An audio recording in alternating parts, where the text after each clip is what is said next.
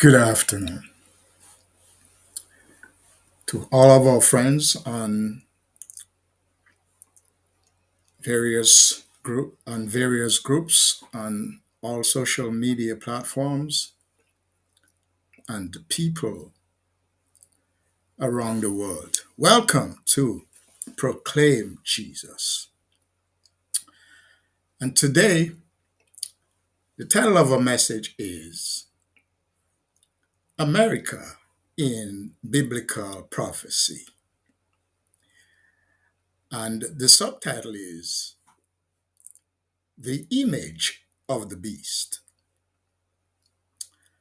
And our lesson is taken from Revelation chapter 13. Now, this is a two-part message series that I decided to preach.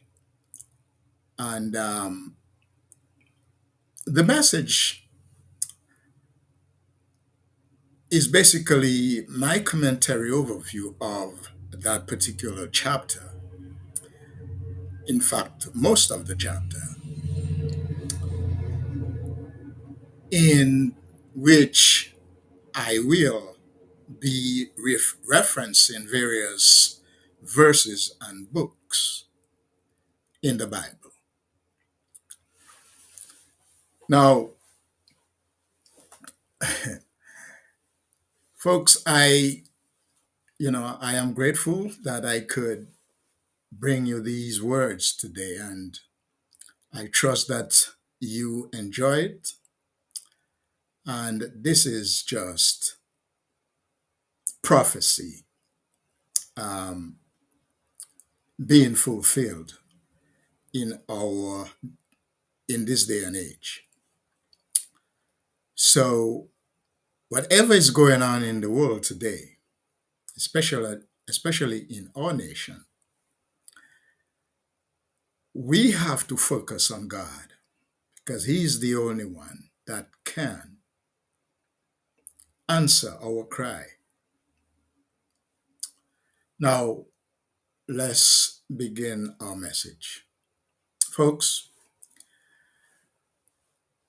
we live in a world that celebrates inclusion, but sometimes this represents a rejection of reality. Now, do you ever observe the political turmoil of our nation and the modern world and wonder, where is God in all of this? Well, God has been there all along, watching and listening. Those of us who studies the Bible, to us, we know that prophecy is being fulfilled as promised. God gave us the freedom to choose, for He will not infringe on our rights to choose. Now, going back to the beginning of Adam and Eve in the Garden of Eden, when God asked them, "What is this that thou hast done?" In Genesis chapter 3, verse 13, in which the consequences of our decision could be catastrophic. Now, but despite our disobedience, He also promised a way out. The book of Second Kings teaches that everything is in God's hand.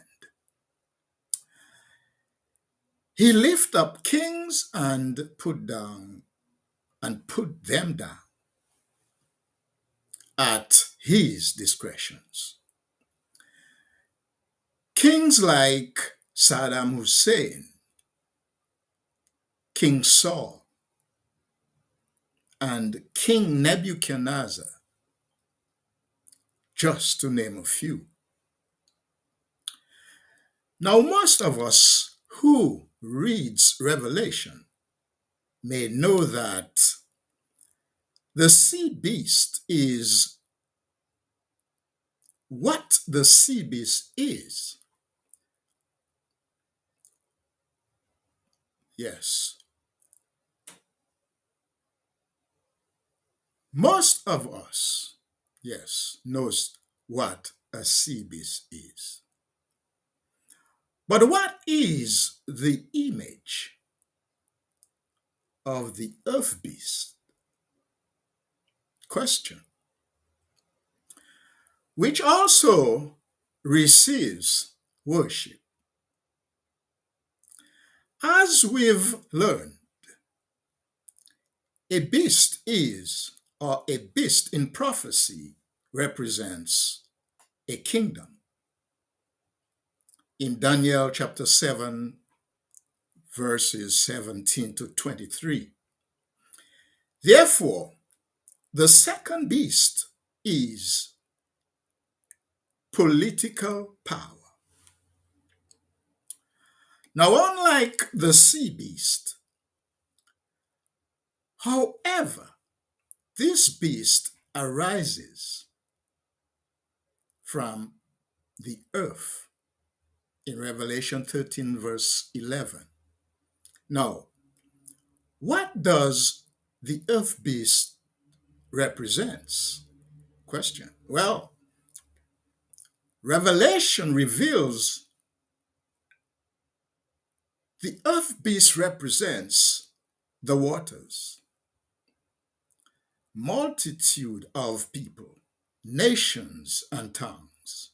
In Revelation 17, verse 15, a beast rising from the earth therefore indicates the opposite, a speedily inhabited area. That is not the only difference between the two beasts. The earth beast also has two horns, like a lamb, while the sea beast is a hybrid of a leopard, a bear, and a lion, all fierce predators. In contrast to the earth beast, which looks like a harmless lamb, the sea beast has 10 horns on top his 10 horns. Yes, let me say that again. The sea beast has 10 crowns, in fact. On top of the 10 crowns is 10 horns. In verse 1. While the earth beast has horns but not crowns, typically crowns represent royalty. However, this earth beast, therefore, is not led by royalty. It is a difference. It is a different government. Who is the second beast after studying? Yes. Who is the second beast?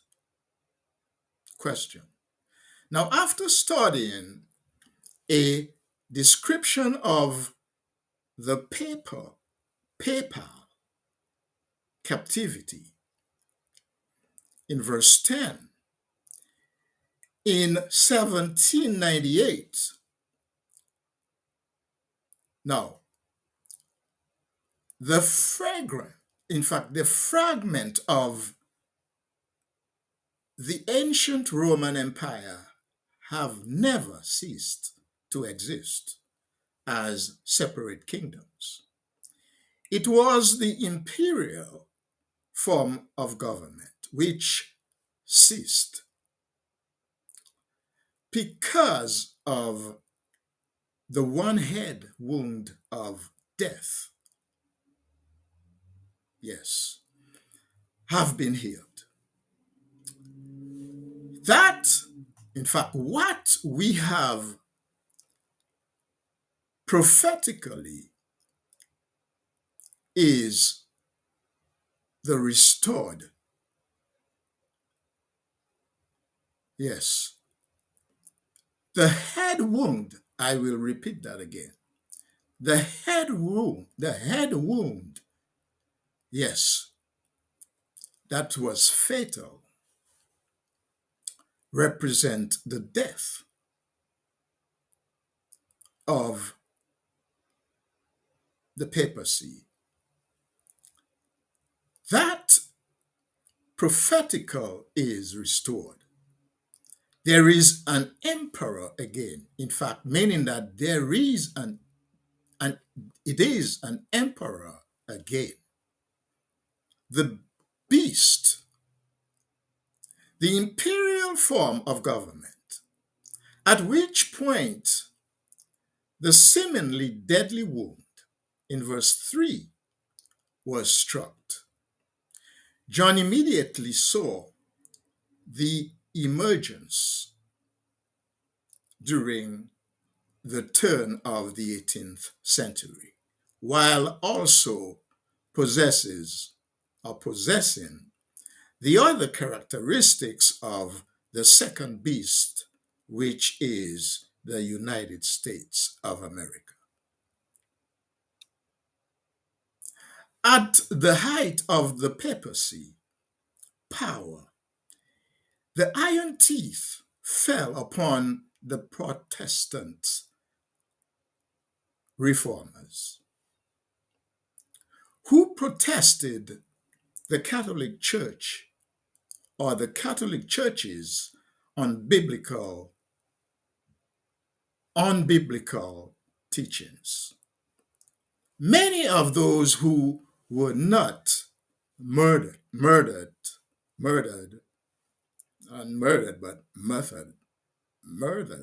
however, found a means of escape to the new world. Revelation prophesied the exodus of the symbol of a faithful woman who represents God's true church. This woman was persecuted in chapter 12, verse 13, by the dragon through papal Rome. Yes. Fled into the wilderness during a time and a half, equivalent to 1,260 years of papal supremacy.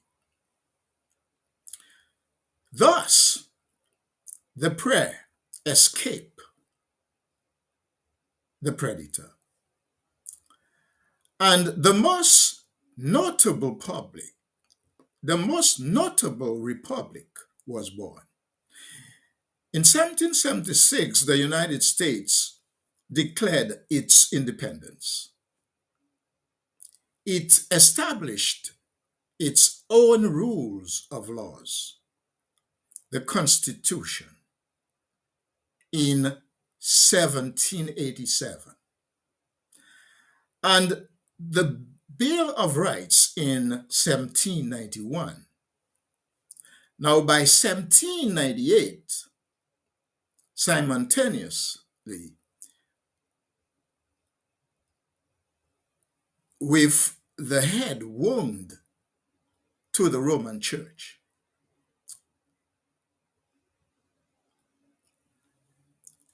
the nations of Europe recognized the United States as an independent world power, one built on two unique principles, represented by the earth beast with two lamb horns.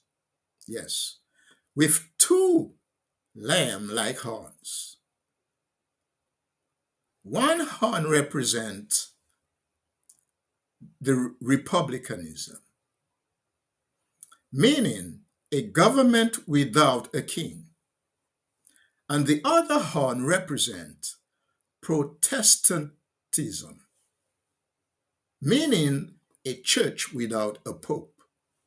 The United States became the standard bearer of freedom of conscience and the embodiment of the separation of church and state, or what the Roman Catholic Church was not. Folks, that concludes my message for today. In fact, my message, part one of this two-part message series. Now, join me next week if you want to know more about or the conclusion of these messages. We will conclude the message next week, part two.